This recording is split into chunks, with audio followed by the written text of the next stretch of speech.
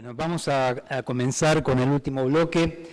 Les voy a pedir encarecidamente, por una cuestión de protocolo, que seamos muy estrictos con el horario. Le doy la palabra al doctor Guillermo Tracy, de la Argentina. Muy bien. Buenas tardes. Bueno, muchas gracias a todos por estar aquí y quiero agradecer también particularmente a Monseñor Sánchez Orondo y al doctor Gallardo por haberme invitado a este encuentro, que la verdad que para mí ha sido muy interesante. Me he sentido enriquecido por la variedad de puntos de vista y de opiniones que se recogieron acá.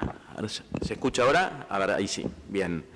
Bueno, mi propuesta es abordar de qué modo los tribunales pueden o podrían funcionar para el empoderamiento de sectores sociales vulnerables. Yo me voy a referir a situaciones tomadas, experiencias judiciales tomadas de Argentina, de mi país, y me interesa subrayar de qué modo el derecho puede contribuir para restituir y remediar desigualdades estructurales y cuál es el papel que los jueces podemos desempeñar en ese contexto. Bueno, cuando me refiero a sectores vulnerables, es inevitable recordar que en la tradición de la Iglesia y también en diversos movimientos políticos y sociales se planteó la centralidad del concepto de la dignidad de las personas y sobre todo de la igual dignidad de ellas. Y este principio abre nuevas miradas para exigir de los Estados el cumplimiento de los derechos sociales. Además, la noción de justicia social articula toda una serie de decisiones que han adoptado tribunales, por ejemplo en mi país, y que están enderezadas hacia el reconocimiento de condiciones dignas de existencia a todas las personas. En tal sentido, las consignas del Papa Francisco, tierra, techo y trabajo, concretizan las reivindicaciones mínimas a las que tienen los pueblos y para eso se requiere el compromiso de todos los operadores jurídicos, no solo de los jueces. Hay que señalar que el principio de justicia social está presente en varios instrumentos internacionales de derechos humanos y obviamente es un principio que potencia reivindicaciones de los grupos vulnerables. Por ejemplo, la Convención Americana de Derechos Humanos, desde su preámbulo, habla del propósito de consolidar un régimen de libertad personal y de justicia social, fundada en el respeto de los derechos esenciales del hombre y en el marco de instituciones democráticas. Es un énfasis que también lo encontramos en el protocolo adicional, en el protocolo de San Salvador, que se refiere a derechos sociales específicamente. Y en la Argentina tenemos que la Constitución también habla del deber de promover el derecho humano, el desarrollo humano y el progreso económico con justicia social. Es decir, esto que se complementa con otras disposiciones constitucionales nos marca una agenda igualitaria y que exigen de los poderes democráticamente electos la adopción de medidas concretas para que se haga efectiva la igualdad real de las personas. Hannah Arendt se refería al derecho a tener derechos, es un concepto que hace un rato había evocado Carlos Balbín. Ella lo desarrollaba en el contexto de su análisis del declive del Estado-Nación y yo voy a hacer una abstracción de esos supuestos teóricos, me voy a quedar con la expresión nada más. Hoy en día le podríamos dar una dimensión constituyente a esto, es como la capacidad activa de reivindicar derechos en un espacio público, o mejor aún, la posibilidad de no ser excluido del derecho a luchar por sus derechos. Y es en este contexto en que me interesa ver de qué modo los tribunales pueden favorecer el empoderamiento de personas o colectivos vulnerables. Aquí creo que un primer problema que podríamos desarrollar tiene que ver con el acceso a la justicia, es decir, cómo los grupos tradicionalmente desaventajados pueden acceder a la justicia. Aquí tenemos varios dispositivos, que algunos han sido mencionados por expositores con anterioridad. En primer lugar, voy a mencionar, aunque no es un orden, no necesariamente marca el orden de relevancia, pero hay que hablar de las reglas de Brasilia. Esto ha sido abundantemente tratado por las colegas de Perú y de Uruguay, pero me parece que es un llamado de atención respecto a este diagnóstico de que hay personas que están en una situación de desigualdad en cuanto al acceso a los tribunales, porque creo que ahí empieza todo. En realidad, acceder a los tribunales es la consecuencia de un fracaso, el fracaso del sistema político que no ha logrado resolver estas situaciones de injusticia estructural. Pero, bueno, frente a ese fracaso es conveniente pensar qué pueden hacer los tribunales al respecto. En mi país también existe algo que se llama el amparo colectivo, es decir, la posibilidad de accionar por los derechos de grupos de personas. Un desafío es lograr asistencia legal de calidad para las personas que van a ir a los tribunales. Eso es una cuenta pendiente. Y otra cuestión es lo que nosotros llamamos técnicamente la legitimación, es decir, ¿quién puede ir ante un tribunal para reclamar? En Argentina los tribunales tienen en general posturas bastante restrictivas y cierran un poco muchas veces la posibilidad de reclamar ciertos derechos. Ahora bien, cuando las personas pertenecen a grupos vulnerados o marginados o excluidos, se torna clave el rol de los jueces para asegurar que la distribución, por un lado la distribución de bienes, pero sobre todo el reconocimiento de la dignidad de esos grupos. Los tribunales cumplen este papel de definición de derechos y pueden ser un ámbito más que adecuado para el empoderamiento de grupos excluidos o discriminados. En Argentina esto a veces se logra mediante el esfuerzo de a veces organizaciones de tipo estatal, como son los ministerios públicos, y también están las organizaciones no gubernamentales que han desempeñado un papel importante en cuanto a este acceso a la justicia. Un problema que vemos con respecto al acceso a la justicia tiene que ver en realidad con la naturaleza misma del reclamo.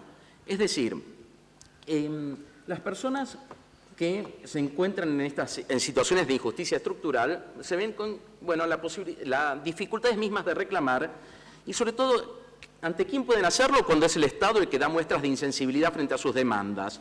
Aquí hay que señalar que hay un discurso que aparece en varias capas de la sociedad y que tiende a ver los reclamos de estos grupos como dádivas o como medidas de asistencia o prestaciones que da el Estado de manera más o menos libre, de manera más o menos discrecional.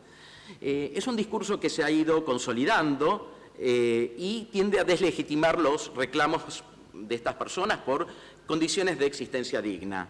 Pero quienes están en tal situación tienen a los tribunales como última respuesta posible y justamente el punto es desarticular este discurso que ve en las prestaciones una mera asistencia del Estado, es decir, reconocer la dignidad de estas personas.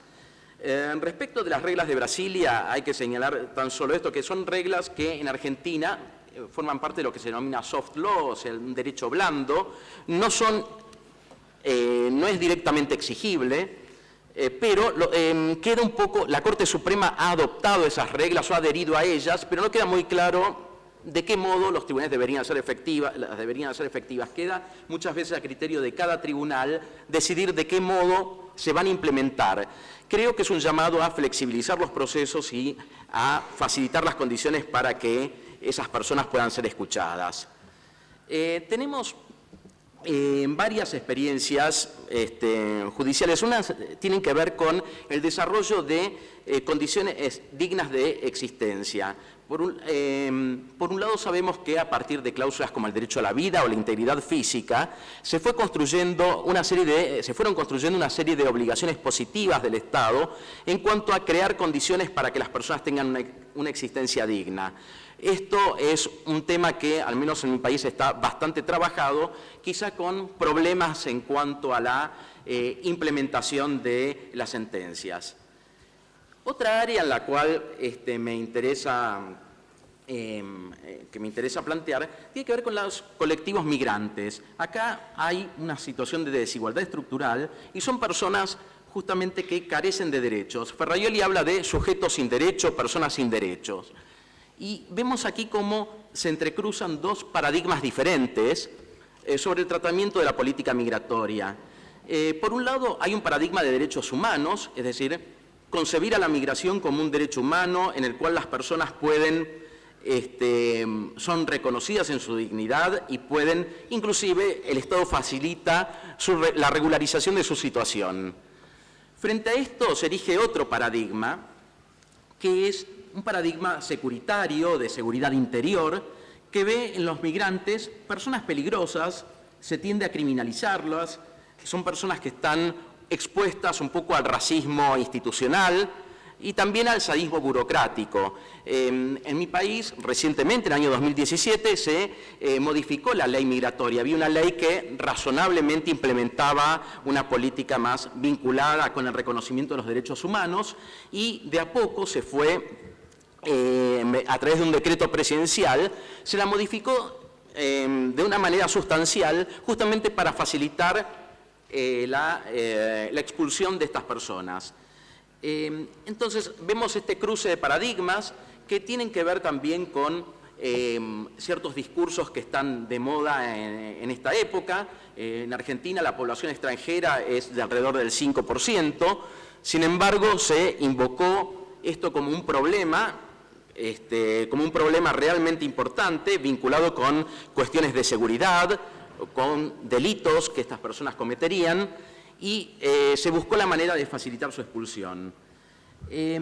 Obviamente sigue la norma anterior, pero con modificaciones parciales, lo cual plantea a los jueces el desafío de algún modo conciliar esto.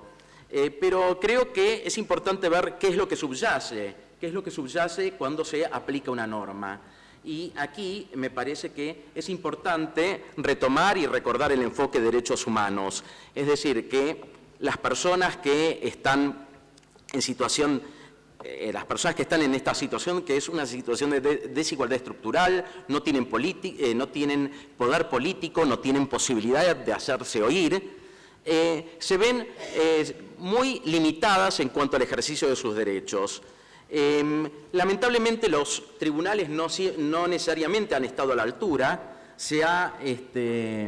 Lo que ha sucedido ha sido muchas veces recoger un discurso dominante que tiende a excluir a estas personas o considerarlas que son una carga para el Estado, una carga para el sistema de seguridad social, una carga en cuanto a sus pretensiones porque reclaman derechos, lo cual es natural porque justamente son personas que tienen derechos, o por lo menos algunos preferimos pensar así, y lamentablemente, como decía, los tribunales han tenido una actitud bastante variada frente a eso.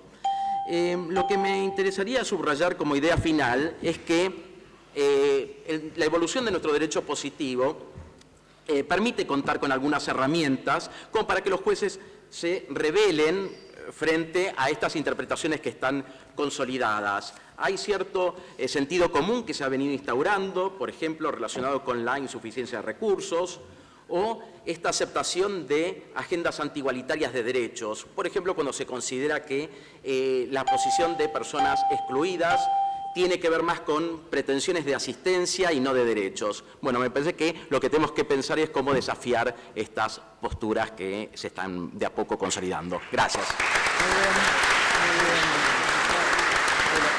Muchas gracias, doctor Tracy.